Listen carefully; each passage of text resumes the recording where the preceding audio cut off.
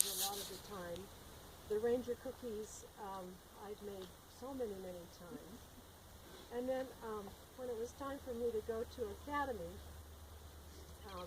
I got this special quilt for my twin-size bed, a patchwork quilt that she made for me.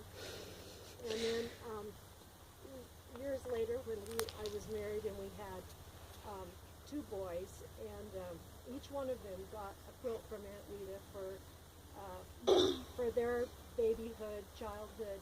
They were twin bed-size quilts, so they were something the kids could carry around. They were used to make forts all the time, and now I have three grandsons, and when they come to visit, they play with the quilts, and they make forts, and they sleep on them and with them and curl up in them,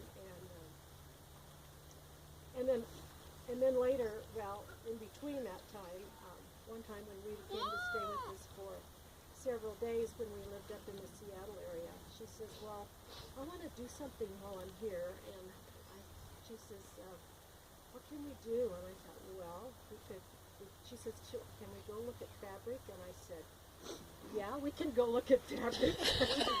And I ended up getting a queen-size quilt out of that with new fabric that we bought and put together while she was there. And it was just, those are highlights of our lovely aunt. And to continue, when she went, she came down and stayed with me in Texas once for about a week or two. And so we ended up going to the fabric store. And she said, well, I could make you a quilt. And I said, well, why don't we make you a quilt? And so she and I made her a quilt. And she says, no one's ever made me a quilt before. So cute. And I said, because you've been so busy. But one of the things I remember so much was as a little girl, we had traveled from Smith River up to Cottage Grove, and I was so excited to get there that I went running in the house and I said, I'm here. and my mother said, you should not, and Rita says, you never have to knock. And so in heaven, I don't have to knock. Yes. Anyone else have a story or memory, something you'd like to share? This lady literally wore out her Sabbath school quarterlies. I mean, she wrote on every page. When they were done, it was just writing everywhere.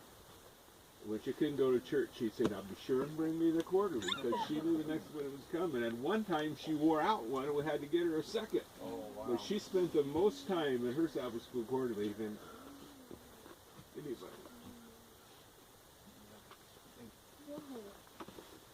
I will have to add a bit to this because my grandson, Jeannie's oldest son, was asking me just last week, how long ago and how did your folks get to be Adventist? And many years ago, Wita, assisted by her daughter, Joan, wrote an article for the Review and Herald that was on my dad's 100th birthday. And she told about the conversion.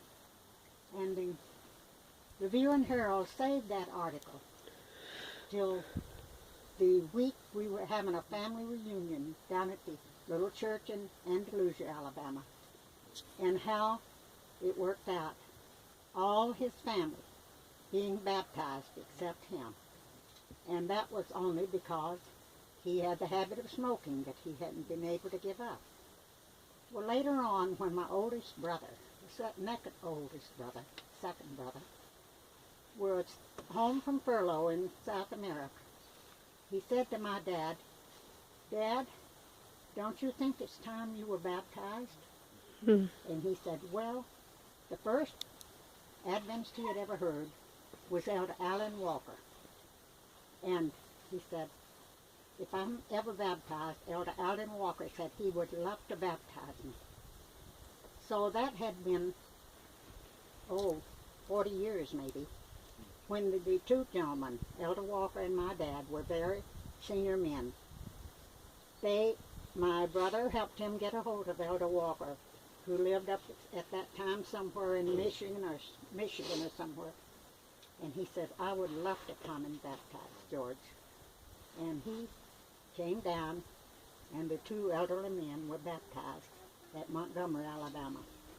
And I wanted to give my grandson another copy of that because they went ahead and had the reunion, and they held this article to be printed the week that we had the reunion in Duluth, which was a very thoughtful thing to do. But that was a little of the beginning of our, and at that time I was probably 3 years old, and I'm now 90, so it's been a long time. Thank you for sharing. That's